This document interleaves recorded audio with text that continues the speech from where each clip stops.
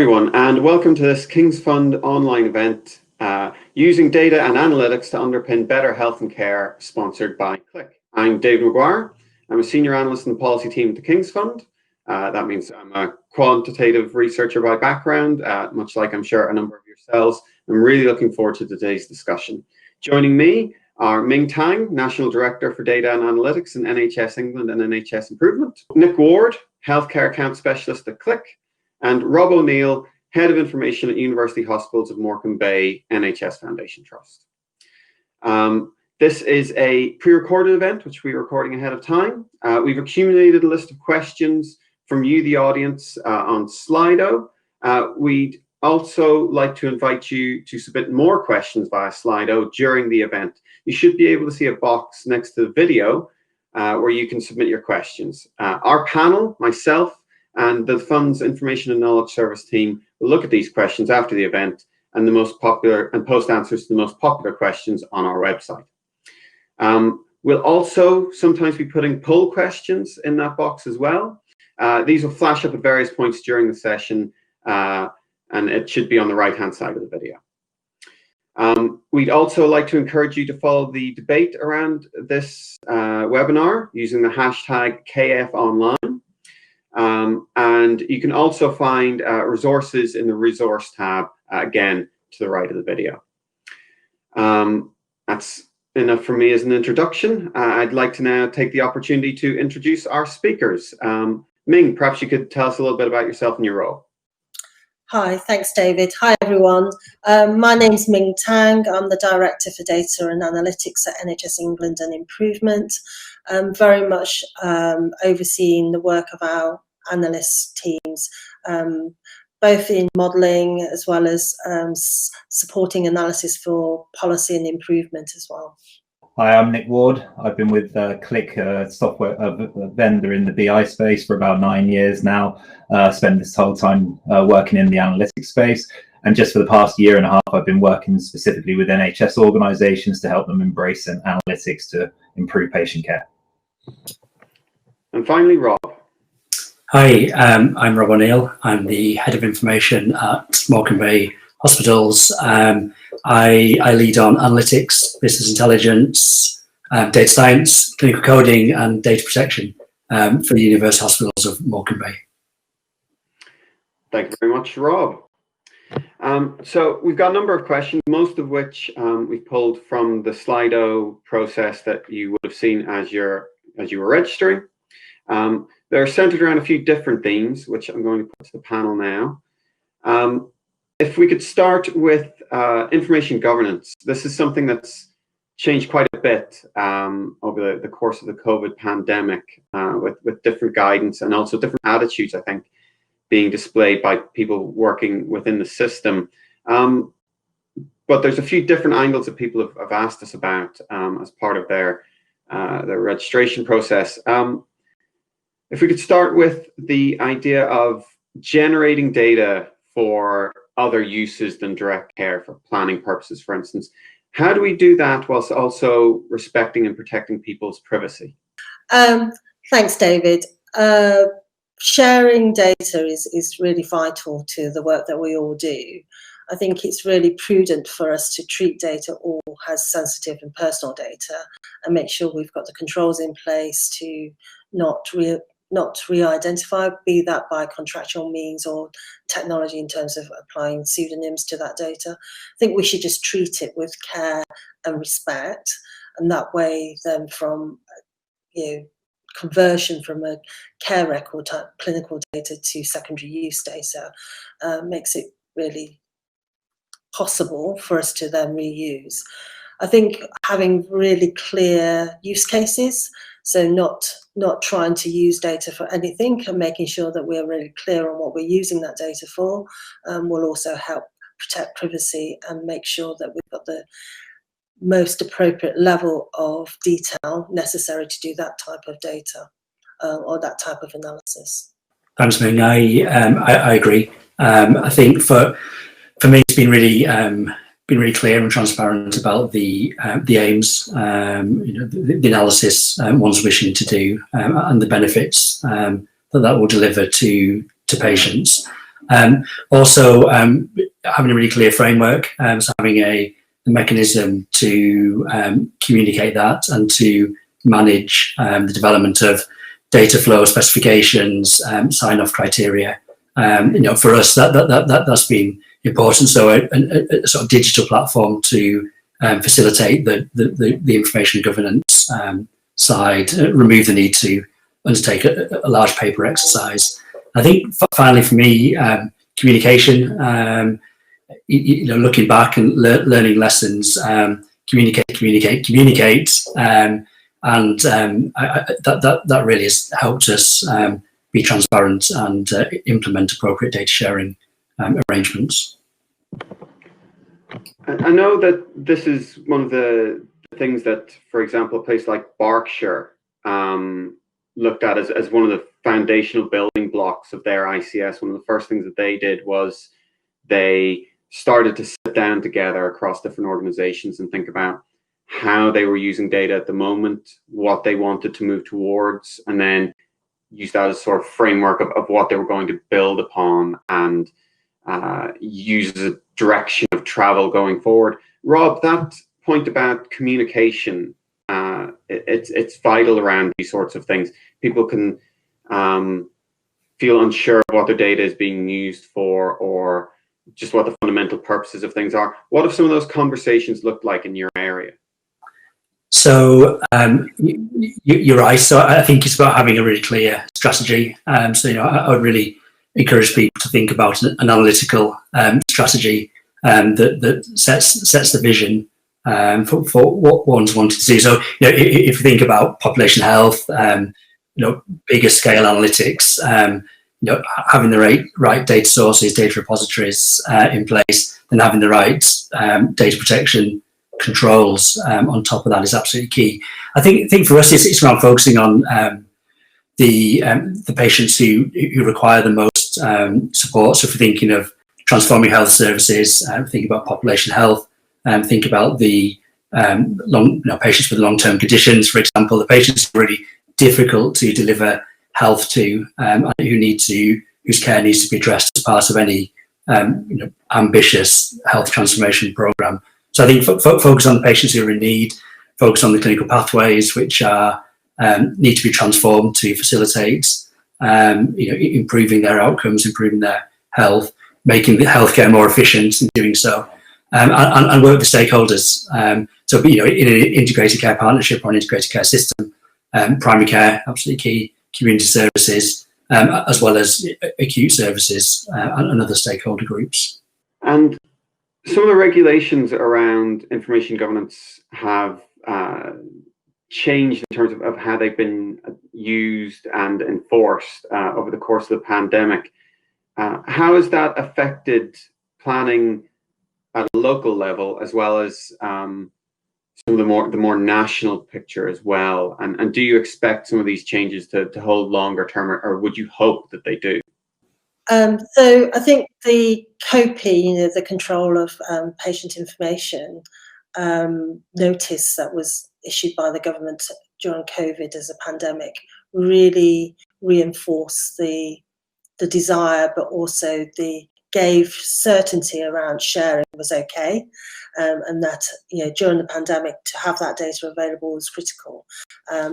We treated nationally, although we could, under those COPI notices, collect the data in fully identifiable form. We actually chose to treat it as personal data and de-identify all the data for analysis uses that we had. And that was really generally to maintain the information governance kind of guidance and make sure that we treated everything with care. But I think for organisations going forward, making a case, as Rob said earlier on, for what you want that data for. I suspect for harder to reach segments of patients, other cohorts of data where we will need to look at the longer term impact of COVID on those particular patient groups, we will need to make the case to maintain that data and actually continue to research and review it over time. And so I think there is some work going on centrally at the moment to look at those use cases and then make the case for maintaining some of that data for a longer term use. I think we've also been asked by government, central government, of what the legal framework was, what, from lessons learned, what makes it easier for us to share data and allow organisations. A lot of this is about confidence in sharing and maintaining the ID rules that everyone's familiar with, but actually having that copy notice made it safe and clear and transparent that we were going to share. And I think some work around those areas would be helpful from central government. Rob? Yeah, I agree, absolutely. So I think our approach has been to always treat data protection and information governance as an enabler.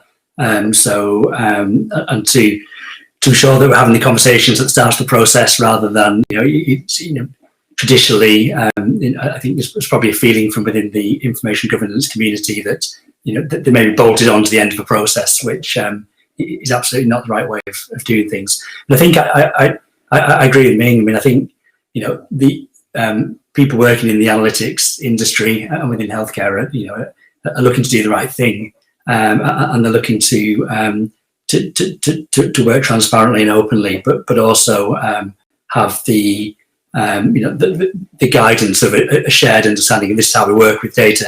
This is how we protect the individual, but also this is how we can unlock the value of it. And I think that's key, isn't it? There's so much value held within our healthcare data that can positively impact on patients' lives. We can't block it, but we also have to take a pragmatic approach to ensuring it's secure. And so I think collaboration across the industry, collaboration between the central government, localities, as well as industry is the way of achieving that. Thank you for that, Rob. I think there's two things there I want to pick up on as we move forward with this conversation. First, I think the idea of information governance as an enabler rather than a barrier is an important one. Like I said, there's multiple examples of places coming together around information governance as a sort of framework of what they can move forward and do. It's not the big scary red tape monster that people might sometimes think that it could be. And secondly, the idea of sharing and doing more across organizations is a really vital one as we move forward now. That actually takes us to our some of our other questions from Slido. Here's a nice broad one. I think it's an important one. How can data be better shared in the NHS, and whose job is it to get the ball rolling? This feels like it's a very broad question, and I suspect the answer is it's everyone's job. But perhaps, Ming, if we could start with your perspective in your role. Yeah, so from my perspective and our role, and it was very front of mind when we set up the data store for COVID. It's very much the fact that we know we will need to bring disparate pieces of information together, making sure that we've got the frameworks in place. But as you said, it's everyone's role.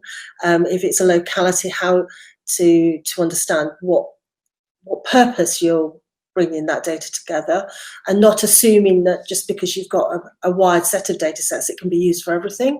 So I think having that IG framework in place where you actually look at the most appropriate level of data for the type of analysis that you're doing, having that as an open, transparent framework that analysts can understand as well as the public, and having that communication. So a lot of the elements that Rob talked about earlier on in terms of public engagement, in terms of bringing people together, and therefore making the case, both from a risk mitigation perspective, but also much more importantly, the benefits of sharing and how you're going to use people's data to determine important things around either improvements to service or improvements to care. And Nick, you've worked with a number of different organizations over the years to help them to enable this kind of data sharing and analysis across place.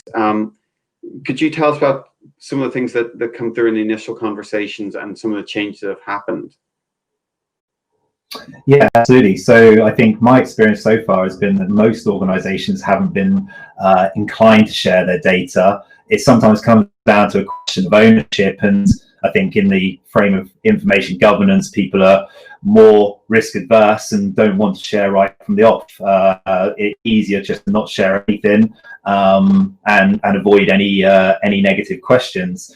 What I've seen more recently, especially with some of the direction that the NHS is trying to take around integrated care, is that there is more desire to share that data, but a lack of knowledge in terms of how to do that. And again, it comes down to ownership quite often.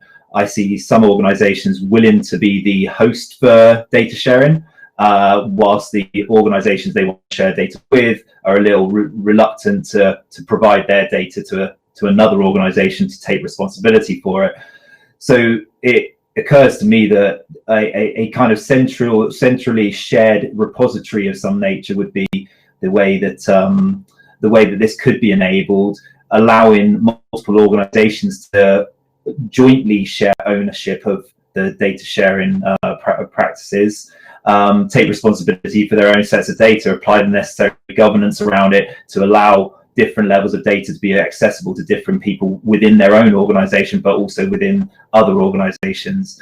And if ever took that responsibility and made their data available with the right level of governance applied to it, then all those different organizations that come together to share that information would have the ability to harness that more effectively, and perhaps remove that question of ownership. So that's one of the things that I'm seeing with several organizations at the moment.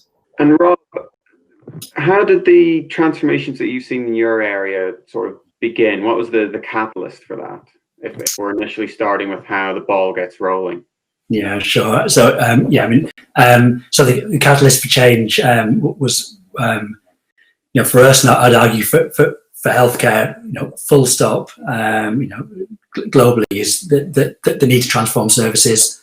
So the pressure to deliver healthcare on increasingly constrained budgets, the problems associated with a growing population, with an aging population, in some areas with an increasing number of people living with long-term conditions into an older age.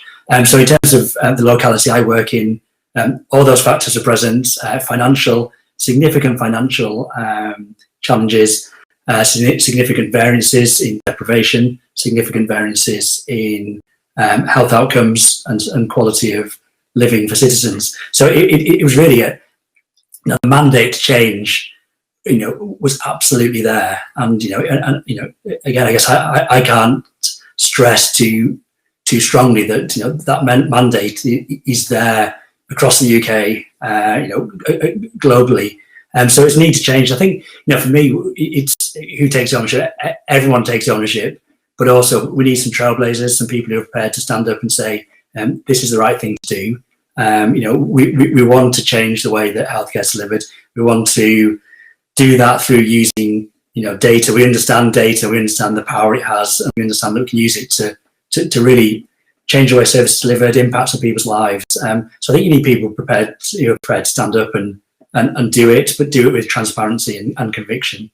So something for us, it's really useful, I feel, to think about pathways and think about a sort of longitudinal data set. So if we're looking to influence the way care is delivered, thinking about population health, we need to understand what's happening to patients, from birth to grave.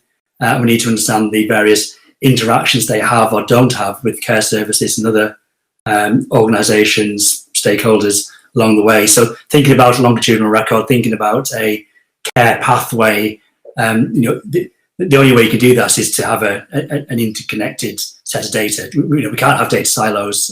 It really limits our ability to impact change. I think what was behind the question is who should get the ball rolling and why. I think actually the bodies that want to put their data together, and it's almost like Rob was saying, that if you want to bring data together to improve services, you know what data you need to bring in across those services. then bringing all those together. And then to Nick's point, it's really having a governance process around those data controllers. I think what quite often we struggle with is people don't really understand who the data controllers are. So first of all, identify what data sets you want to bring together, identify the data controllers, and then for me, there's a data owner, not just the controller, the data owner in terms of the analysis team that actually understands that data. So it's not just pulling any data together, who actually understands that data to know that what items should be linked, could be linked, what the data quality is and how you're going to use that data to answer the questions that you're trying to drive at. And then through that governance process, having some transparency of who got the data, why they got the data, and what data did they have. Having that on a register that you can then actually show back in the level of detail to the public from whom you've got that data in the first place. I think having a framework like that will then help both manage the risk. So data owners and controllers are worried about the risk of their data being abused. Going to people they don't know who they are, so the registry of who actually received that data and what they were using it for, and then some contractual controls if they don't do with the data as you expected. So all of those elements come together in how we get data sharing moving, and also to allow local organisations to have the flexibility and the freedom to do what they need locally versus a national picture. Because I think quite often what we're trying to do is have a national guidance that does everything for everyone. It's not one size fits all, as we all know, healthcare, and it really depends on those bodies coming together. And that way you can share social care data when you're looking at a social care pathway, and you can share a disease register for that service.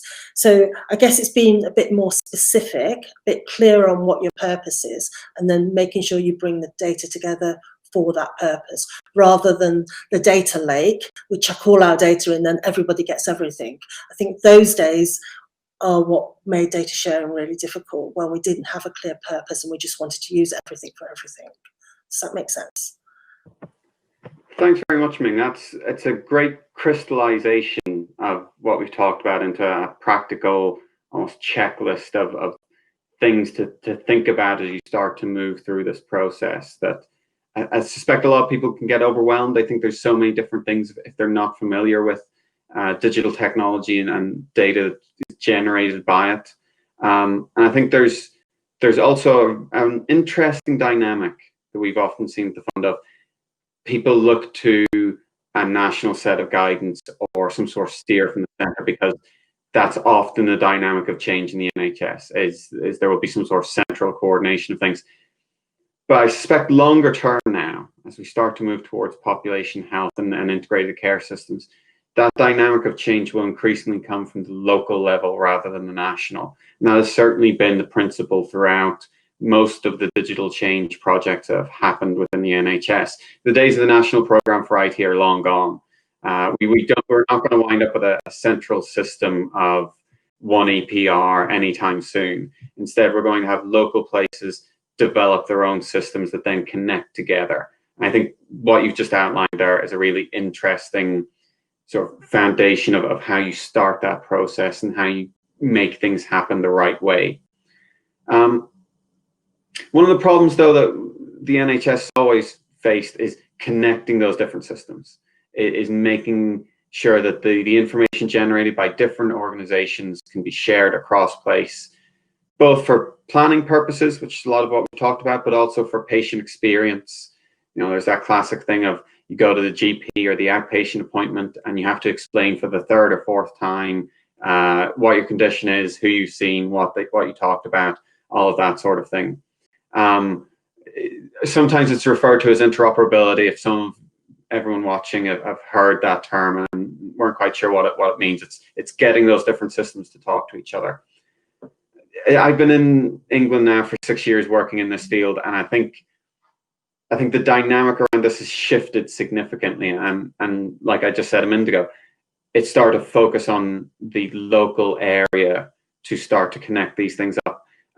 Rob, if we could turn to you to start off with on this, what's that journey been like for yourselves trying to get these different systems to connect to each other? Yeah, it's certainly a journey. So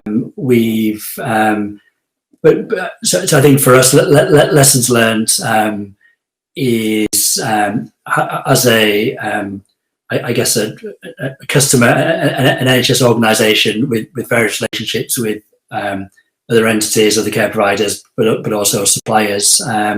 Having really good supplier relationships has helped us. I'd hark back to one of Ming's comments around domain knowledge. Ming was talking about in terms of internal data specialists who really understand the complexities of the data we're working with. That's been really key for us.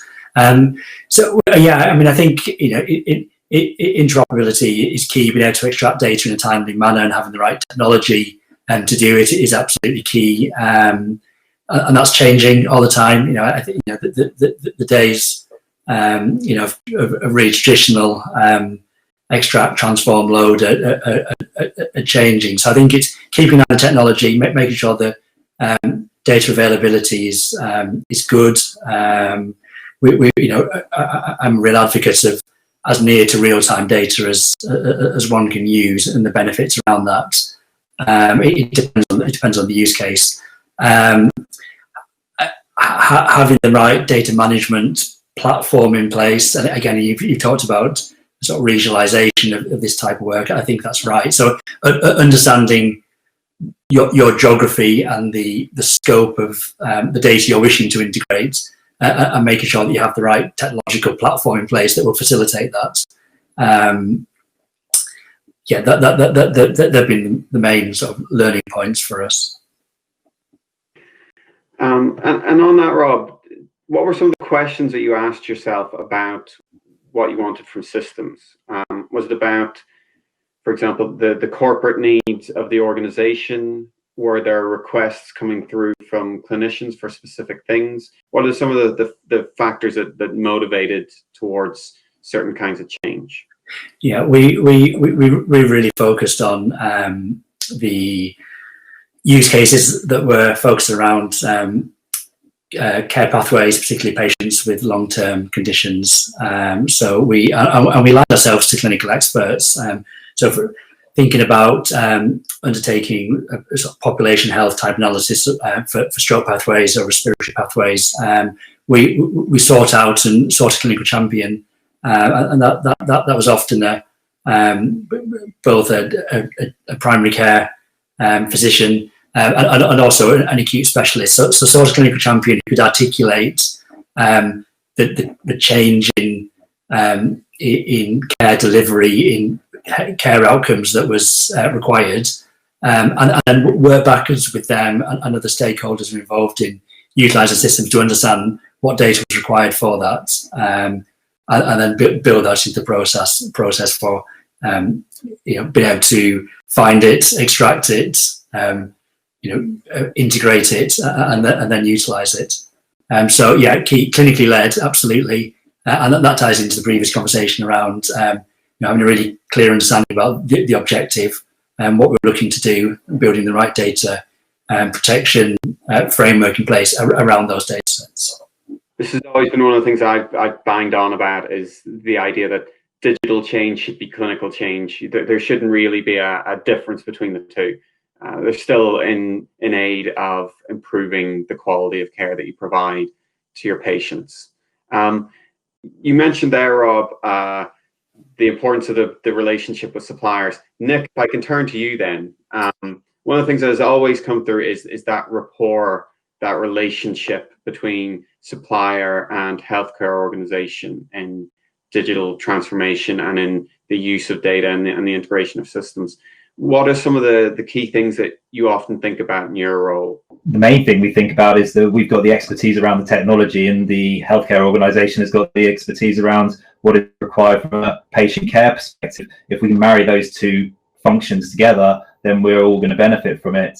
I think as a supplier, we need to be far more involved in these discussions. We aren't just there to provide technology and hand it off and walk away. We want to be directly involved in those those explorations, those discoveries, trying to figure out how to utilize the technology to best enable these kinds of capabilities.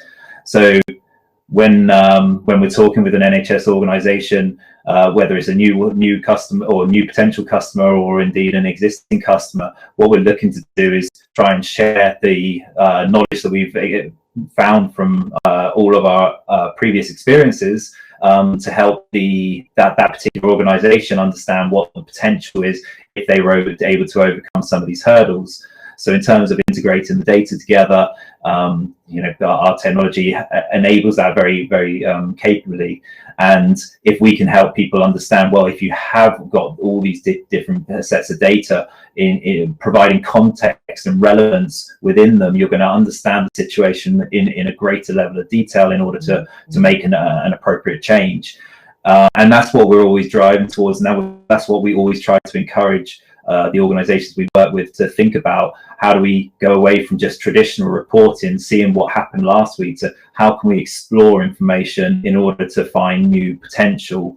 I'll just share one particular example with Waitemata healthcare organization in New Zealand, who don't allow any analytical development to occur without having a clinical lead attached to it, and indeed leading it. And that means that every single time anything gets developed, is developed with the patient's care at the front of mind, and not from a potentially financial perspective or otherwise. And that's the kind of thing we try to bring into other organizations as we learn this from our experiences around the globe. Ming, I'm going to turn to you in a second about the role that NHS E&I might be playing about this in the future, playing within this in the future, sorry. But Nick, you've reminded me of that concept of transforming the routine and the procedural, the stuff that you might be, for example, measured against for standards and other things, transforming that into something that is more proactive in helping with people's care. There's an example that's in my mind of a GP practice in West London. They routinely collect the information on patients with COPD. That's just held in their system. It's part of routine monitoring. It's part of identifying who might be more in need of help than others, as well as keeping an eye on outcomes within patients. They've taken that data now, and they've started to try and move people towards a new service that they've established with local hospital, where a specialist from the hospital comes to the practice, works with people in a specialist clinic, and helps give them support in the community, rather than needing to manage. Uh-oh, you've crossed the threshold, you better go in for an outpatient attendance. To be more proactive in looking after people.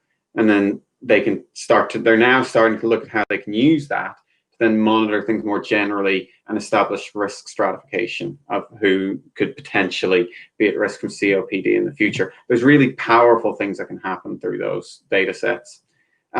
Ming, if I could ask you, we've talked a lot about the dynamic being local here in this part of the discussion, but what do you think the role of NHS E&I is in facilitating that to happen?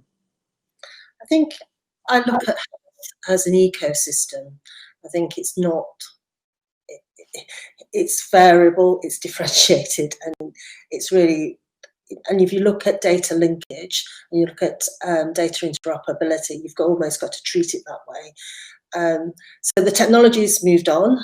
As Nick said, there are platforms available now where you can connect all those different data sets. I think from a national perspective, one of the things we've been looking at is making more of the data that's collected routinely has registries and has almost reference data sets that people then can reuse locally and apply their local context to, which then makes us all work towards more of a consistent data model. I won't say it's one data model because I don't think that's true, but if we have a consistent framework for how we manage linkages to data, I think that will enhance interoperability, and that is certainly something that we're looking at doing nationally. Having some capability and guidance around data lineage and interoperability of data, and what data sets are appropriate to connect, I think is something else that we can do nationally. And particularly around segmentation, we've done quite a lot of work with the national data sets on data segmentation, thinking about how do you consider different risks associated with those cohorts of patients, and how do they then link into the COPD register, or the cardiovascular register, or the diabetic register, all those things that are nationally available, and how do we create a framework around those things. They're the things that we're looking for. I guess the nirvana that we're trying to move towards, although delivered locally, nationally, we're also thinking about how do we optimise operations information with service activity information and patient clinical information. That triangulation and the optimisation is kind of where we're trying to get to, so that we can deliver the best healthcare with the best service specifications and pathways within the financial framework. So that type of thinking is what we're really managing locally. All of that will then drive different thinking around how do you connect different data sets, how do you actually maintain those data sets, either as master data models, and also the reference data sets that I mentioned earlier. Yes, and thank you very much for those national data sets, Ming. They keep me busy every day. There's another sort of area for us to talk about here around people skills. We don't all step into our working lives immediately great at statistics. Well, all right, maybe one or two people do, but most of us don't. Don't worry, even I was not much of a maths student at school. There's a couple of different things that have come through on Slido around, for example, getting number shy people is one of the ways that this is phrased here. Excited about data. I think this isn't just about people working within organizations. I think there's big questions to be answered around how do we get clinicians to be more proactive in using data in their day-to-day work. There's also something about how do we get patient service users more engaged in how they can use their data. Have any of you thought about this yet, or done any work on this yet? We've done quite a lot of work on engaging with more senior stakeholders. In NHS-EI, we've got a plethora of reports, and we're almost, what's the word? We're very data rich but insight poor, I think was the description that was given to me by one of our exec. So there are so many things that they should be looking at, but actually interpreting that information and telling the story around it. So one of the people skills that we're looking at is that storytelling, both with how we visualize data, but actually how do you create the context in which your analysis sits. I think analysts are very good at presenting data, and almost we've gone too far in the formality of describing the data, what the data says, rather than the interpretation of the so what. Most of the business users, that if you want to excite them about the data, or clinicians, it's about the so what. What does that mean for me? What does that mean for what I need to do? What action or what decision do I now need to make with that piece of analysis? So we're trying to create more training, both in the visualization, the development of tools, and rather than dashboards and reports, how do people actually use those tools to make business decisions? In order to do that, we've got to sit much closer with the people that are making those decisions. So this is almost, how do you bring business users together with the analytical and skill sets, and actually side by side. So the multidisciplinary teams should also involve your analysis teams, so they can understand, and if you're working with suppliers, including the suppliers, so you can bring all those people together so you can get the best thinking and therefore solve the problems. What we've learned from COVID is when you've got a common problem, when you throw all different people around it, you get a much better solution, much quicker, and actually much more meaningful and more likely to be used. I think what we've done in the past in the NHS and other organisations, to be fair, is separate out the analysis from the people that are using the information. So much closer working, embedding analysts. We're looking at embedding analysts within those teams so that they can get better understanding of the contextual use of the analysis that they're doing. And then really, I think it's bottom up, doing that work and then stepping back and saying, oh, they're multi-year pieces of information that we get, an analysis that we can do from the bottom-up analysis that we're gathering every week. So your COPD kind of thing is how's one data set that's been collected for one purpose, then generate a multi-year longitudinal study. That type of thinking is more in the kind of information strategy that we're trying to create now. Does anybody else want to come in on this question? Sure. I think for me there are three areas which we're looking at. One is around culture. The culture around data literacy. So I'm putting a lot of thought at the moment into how we can continue to improve the culture within the organisation where I work. And that's really around, as you said, engagement, clinical engagement, operational engagement, recognising that, people are very different and we're all very different. We all have, different ways of interpreting, everything but data. And so understanding the people who, our consumers, our stakeholders, and tailoring our analytical support, our training, our empowerment to those groups of people is really important. So first one's culture. Second one's around professional development. So us as an analytical service, we're closely aligned to our local informatics skills and development network.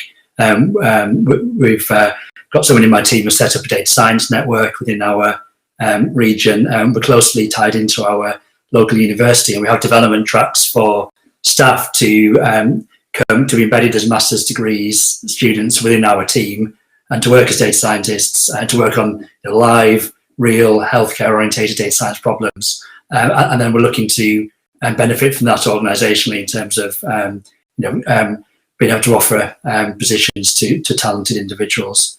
And thirdly, opening up our data to the public.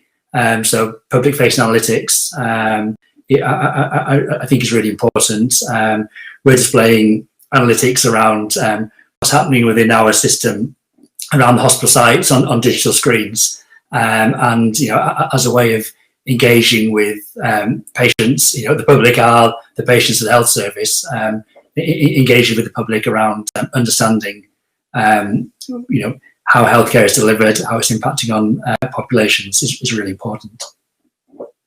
I think there's some really interesting and powerful dynamics at play in what you just outlined there, Rob. There's things about the role of the NHS and anchor institution in providing people with skills and professional qualifications that they can use to both support the NHS and themselves in their career.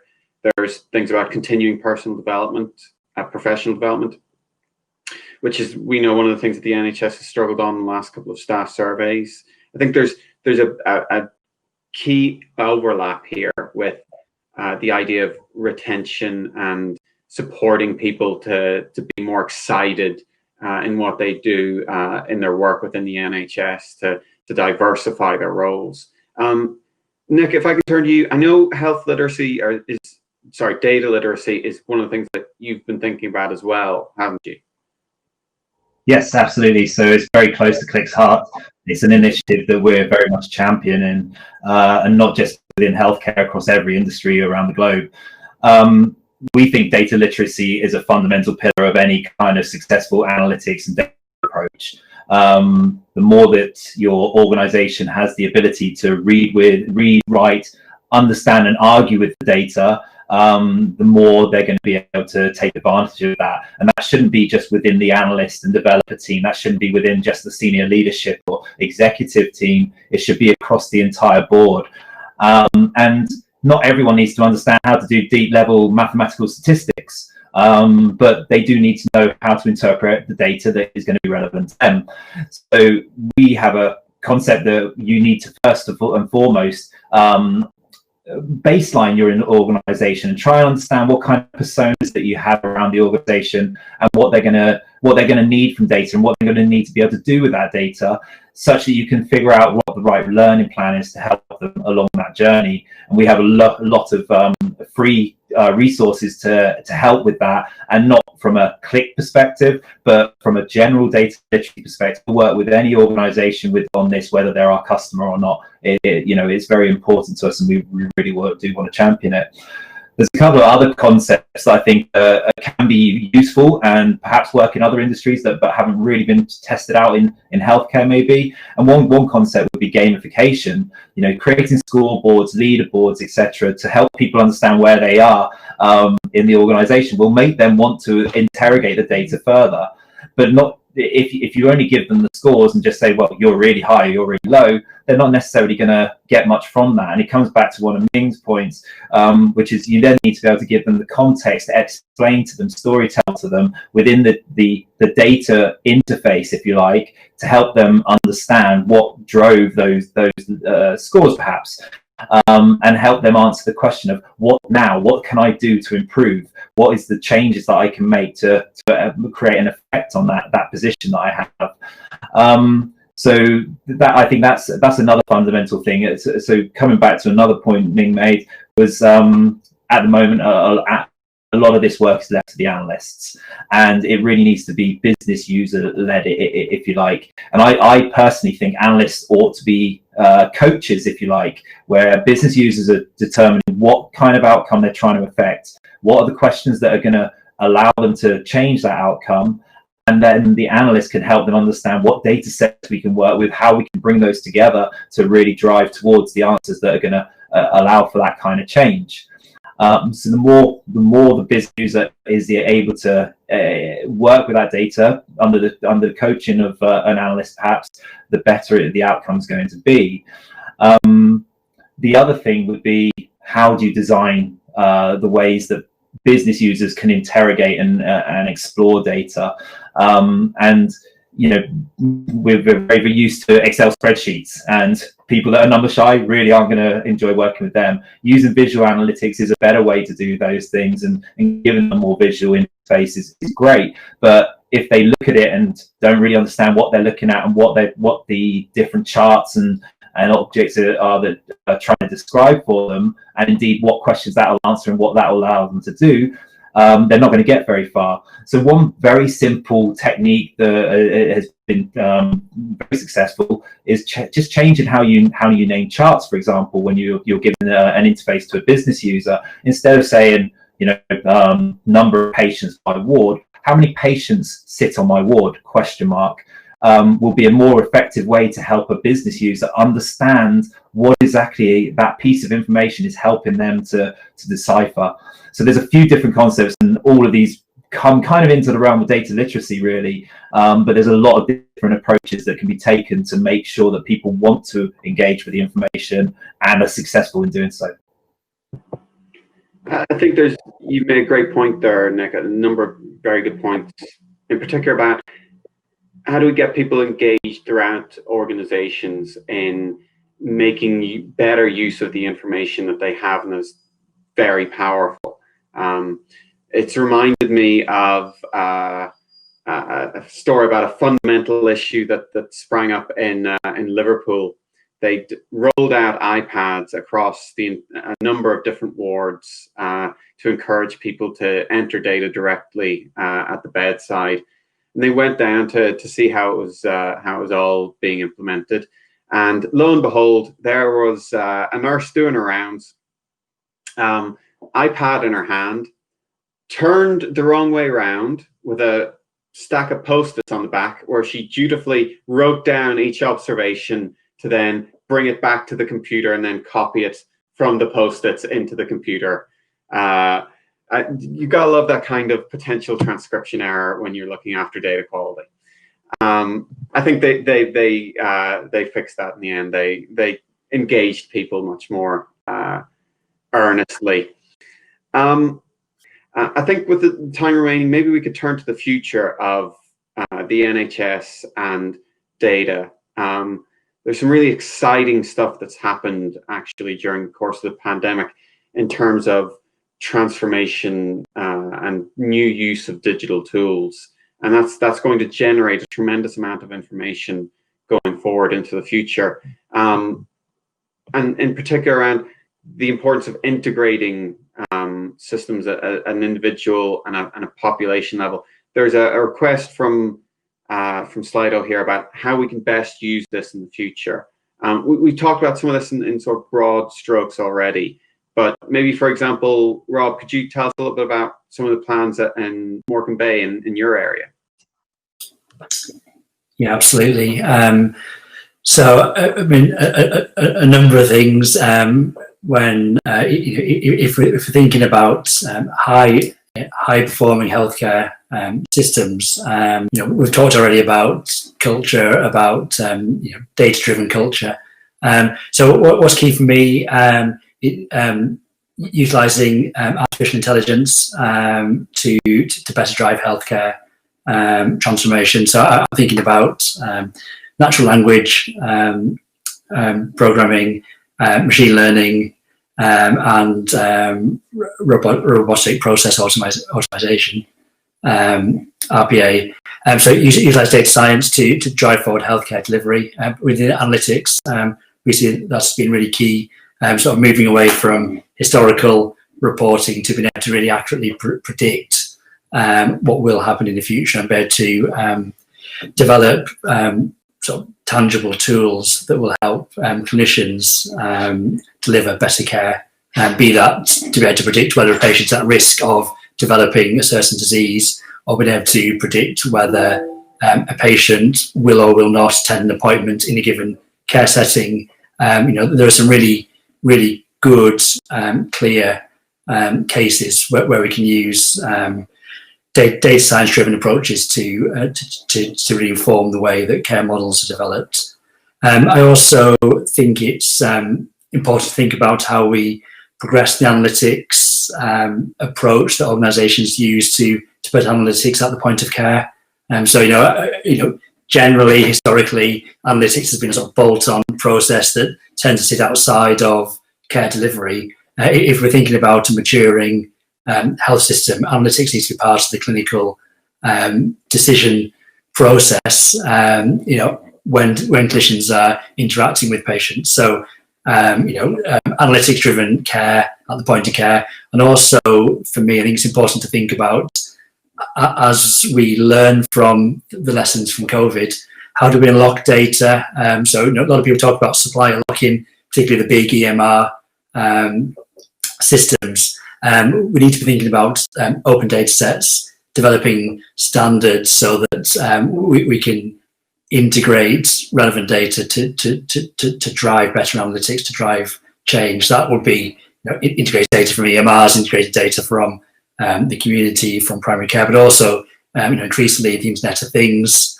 There's a lot of broader items of data we need to integrate and analyse to better understand care delivery, and that probably has to sit in its own entity, I think. And Nick, Ming, could you share some of the things that you're looking forward to seeing over the next few years from your organisations, from the people that you're working with? Yes, great. I think Rob made some really good points. I think I'm actually starting at a more basic level.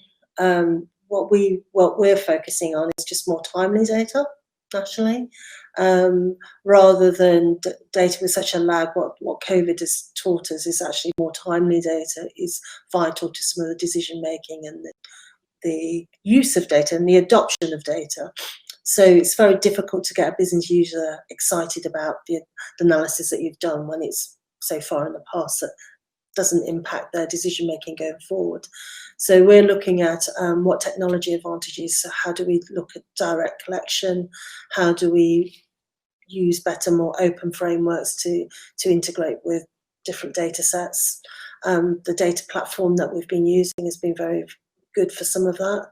Actually building in a lot more thinking around the uses and the ecosystem that I talked about. What are the things that we need to connect, not just patient data, but actually activity data, operations data, to make a lot of the decisions so that we can triangulate financial data. So we're really trying to understand more, what data do we want to bring together? How do we want to use it? Who do we engage with? Who are going to be our champions in the business that are going to help us drive the really unique use cases and drive the benefits of the use of data? So we've collected a lot of data nationally, and we've made quite good use of it. But now what we really want to do is open that up to the rest of the organisation and make sure we empower everybody to use that information. In parallel to that, obviously, there's an education and a capability development programme that we've just covered, both in business users, but also for our analysts and teams. Some of the storytelling skill sets, but also the visualisation and understanding how visualisation needs to be more bespoke to different user groups so that they get the best understanding of that information. And through that, we'll have a better decision-making framework and understanding how products and tools link to those decisions.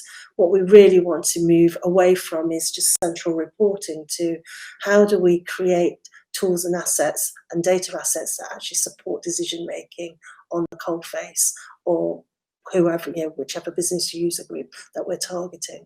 So there are some of the changes, and in order to do that, you will want to make best use of the Internet of Things. You want to make the best use of app data. There's a variety of digitally enabled products out there now that we want to start gathering data for and linking with some of the more nationally available data sets with specific use cases, with specific decisions that we're trying to make to enhance improvements in healthcare.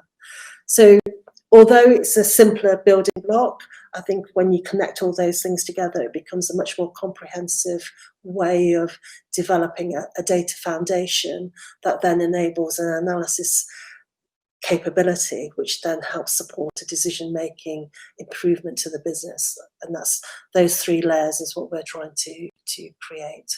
And the interaction between those layers, actually building in the to and fro between those different layers, has a design feature rather than trying to do it once you've got all those layers in place. It's part of the strategy that we're developing at the moment, coming out of COVID. Nick, it feels like there's a fair bit of overlap between some of the things that Ming's just mentioned. There are some of the things you've already spoken about as well. Could you perhaps build on that a little bit? Yeah, indeed. Where do I start? There's so much potential, I think, in terms of how data can be harnessed to improve healthcare within the NHS. The first thing I'd like to see happen is just the automating of standard reporting. I think a lot of time is spent by very intelligent, very capable people just putting together basic daily, weekly reports. And if we can automate that process and make those people available to more creative capabilities, then that's going to benefit everyone. I'd like to see more of this, what Ming talked about, more real data being made available so that people can see exactly what's happening almost up to the second. And I think that is well within our reach with the data integrations that are available now. Proactive population health is another thing that I think you touched on, David, and I think there's a real opportunity to achieve that. I think from a population health perspective at the moment, we're trying to identify the most at-risk patients and understand how we can better care for them, perhaps try and help them slightly earlier in their journey before they hit the hospitals. But I think we can go a step further than that, and using some of the machine learning and artificial intelligence that Rob spoke about, why not be predicting what patients are going to suffer from in 10 or 20 years time so that we can educate them earlier in the process, so that they completely avoid that condition in the first place. So I think there's a phenomenal opportunity there. It might be a little way down the road, but I don't think it's too far out of our reach. True digital transformation within hospitals or within any healthcare provider, I think is another key one. I think analytics has been harnessed very well, and it's been used to deliver specific use cases in certain areas. But if we can use data literacy, and if we can use the ability to interact with all of the different business users within an organization, why not be developing analytical capabilities that are embedded into the clinical process throughout the whole organization, and harness some of those digital systems that are coming online now, like the e-consult capability, or electronic pharmacy information and things like that. All the more of this information that is starting to be created but by machine, through digital processes, we can harness that more and embed that into the process. Another concept that we have is being able to provide almost like a mobile Google news feed of what's important in terms of information around whichever healthcare organization we're looking at. I think a vision of mine is that every clinician ought to be able to just pull their phone out of their pocket and look at the key information they need for the next hour of their day, whatever that happens to be, because it's already been fed into their mobile phone. They don't have to go and explore for it. They don't have to go and find it. They don't have to go and sit at their laptop to search for it. They just have it there automatically on their mobile device, ready for consumption as soon as they're ready to take it in. So those are some of the high level ideas that I've got, that I talk with a lot of organizations about, and how we can try and take them on the journey with that. There's a lot of building blocks to be put in place and foundations to lay, but I think all of those are eminently achievable and not in the too distant future. I think that we're coming towards the end of our time here in this webinar. If I could turn back to the panel here and ask for one sort of overarching closing thought or reflection on the discussion that we've just had. I'm putting you on the spot a little bit, but Rob, perhaps you could start us off. Sure. I think for me, the key message is that I think 30% roughly of global data is generated within the healthcare sector. So there's massive opportunity to be able to harness that to drive better health outcomes.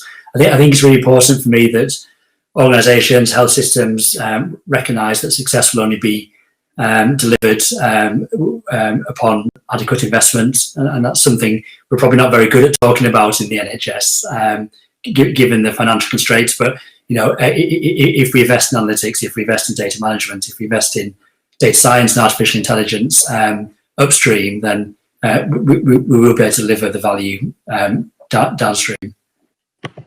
And I would add, Rob, that it's important that any resources committed are actually delivered to the front line as well in any future negotiations. Nick, if I could turn to you next. Yeah, I think the big thing that I'd like to take away from this conversation is that the quicker and easier we make data sharing, the more possibility there is going to be for everyone. I think somebody referenced red tape earlier on. If the more of that we can remove and enable organizations that want to share to do so, the more potential there is to really find ways to provide proactive healthcare for individual patients. And finally, Ming. Thanks, David.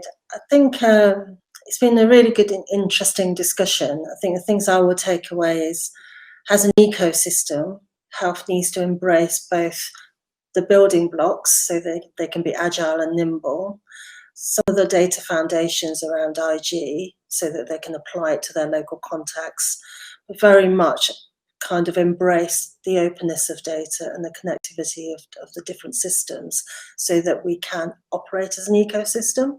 And I think the days of the monolith one size fits all is gone, both for personalised medication and treatment for individuals, but more bespoke ways of how people want to visualise and use data, and also to support individual business users in the decision-making frameworks that they need to do. The thing I did miss out on was, I think, building in data analytical tools and products within a business process to enable that adoption as part of a normal business process.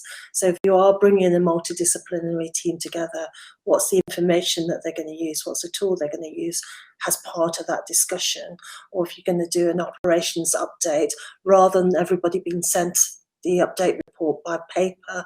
Can you do it using the tool in the room? And then actually you'll share how that information is being used live, which will then increase the literacy and also the importance of those products in helping us support better decision making within the NHS. I think there's a really interesting point there, Ming, about bringing people together who previously haven't worked so closely, giving them the best tools that they need to work smoothly is part of helping that transition into partnered working happen more fluidly. I think that's, yes, it's another really important point. I think I'm sure we could keep going for another, hour, 2 hour and a half, whatever. But I'm afraid I'm going to have to wrap us up there. I'd like to thank all of our speakers that we heard from today, as well as yourselves watching and our sponsors, Click. Once again, the Information Knowledge Service team will be posting answers to your questions on our website in the coming days. And we'll also be sharing those with some of our speakers so they can understand your interests and your concerns, some of the things that have come out of this discussion for you as well. Once again, all of that is in the resources tab, which you can still access next to the video. Please do share the link that you'll be sent after the event with your colleagues and your friends. This video can be watched on demand. And that I should mention that after this, some short questions will appear at the bottom of your screen asking for your feedback. We really appreciate it. I know that this is like somebody asking you to like and subscribe at the end of a YouTube video, but it's genuinely really helpful. We do look at them and I'm looking forward to reading them myself. Yes, so thanks once again, everybody, and I hope you have a great day.